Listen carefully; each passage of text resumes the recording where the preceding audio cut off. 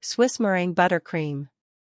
Learn all there is to know about Swiss Meringue Buttercream, including how to make it, how to use it, and how to flavor it in a variety of ways.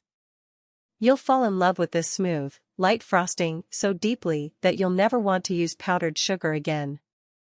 About 15 years ago, I tried Swiss Meringue Buttercream for the first time, and it was a complete aha moment. I was blown away by the delicate, smooth texture and exquisitely sweet flavor.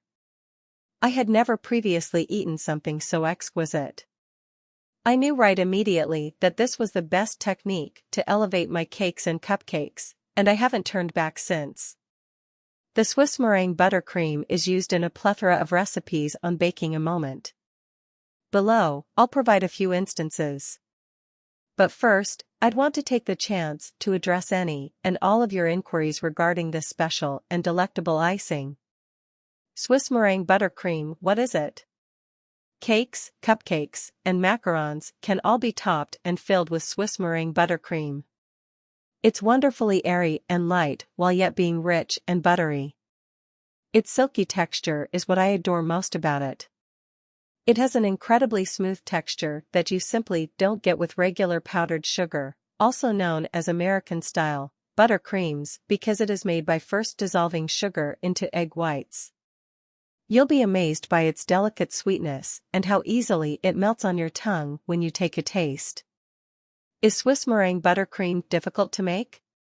Even though there is a little more to it than simply mixing butter and powdered sugar together, the benefits are enormous. You'll undoubtedly discover that it's worthwhile to put in a little extra work.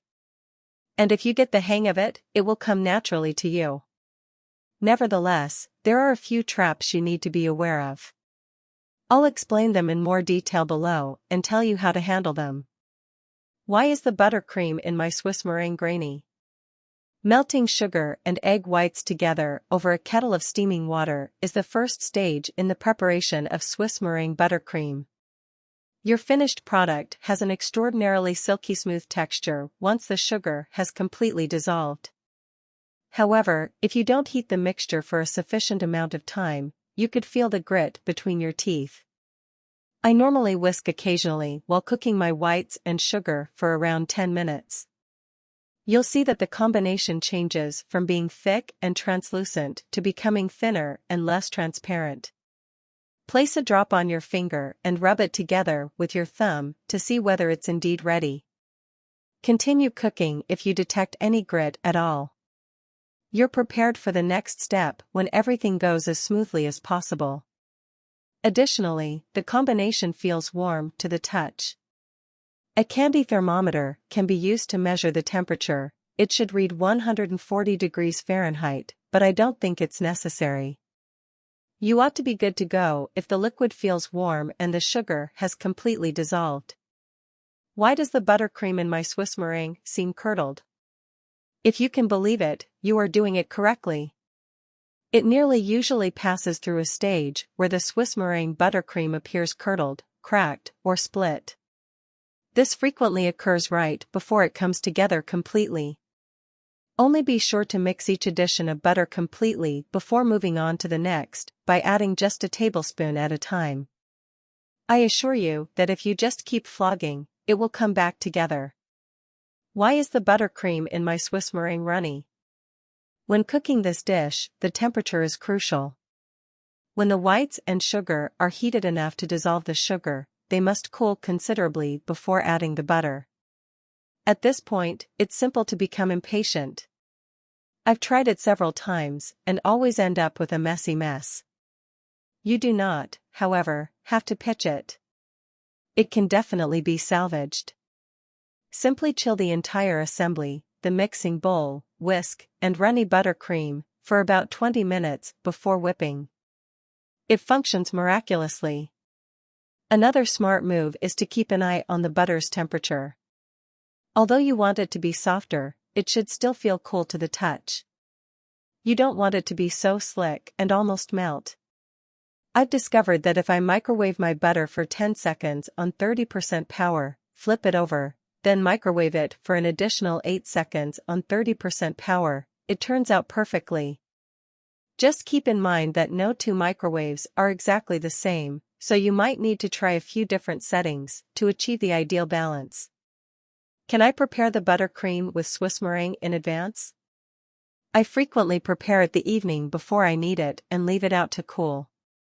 If you want to use it in the morning the next day, you may do this.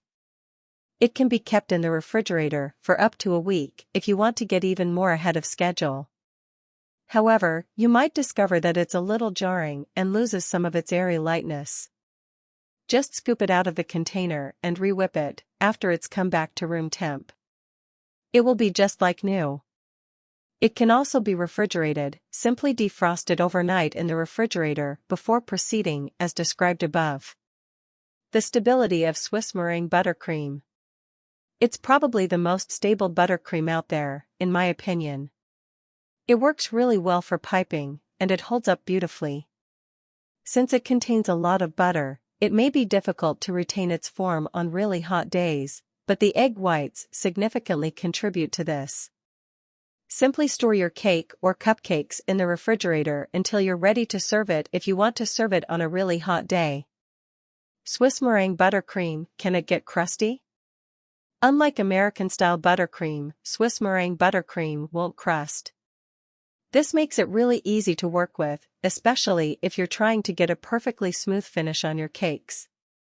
How can I color and/or flavor Swiss meringue buttercream? The uses for Swiss meringue buttercream are endless. It can be flavored in a ton of various ways and tinted using gel paste food coloring, also known as icing colors. Ingredients: large egg whites, 6. 2 cups sugar, granulated. 2 cups softened unsalted butter. 1/8 teaspoon kosher salt. Instructions: the egg whites and sugar should be combined in a large glass or metal bowl.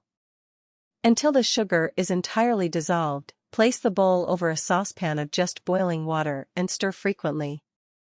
Verify by rubbing a tiny quantity between your thumb and fingers. It should feel smooth, not gritty, and be heated to the touch. When the meringue is thick, white, glossy, and able to retain stiff peaks, remove the bowl from the hot water and whisk on high speed for several minutes. It ought to have totally cooled. If necessary, chill the meringue for 15 to 20 minutes. Place your palm on the side of the bowl and feel for any warmth. A spoonful at a time, beat thoroughly after each addition of butter. Before adding the remaining butter, whip the mixture until it comes back together. If it starts to look curdled, fold in the salt and any other flavorings you may be using.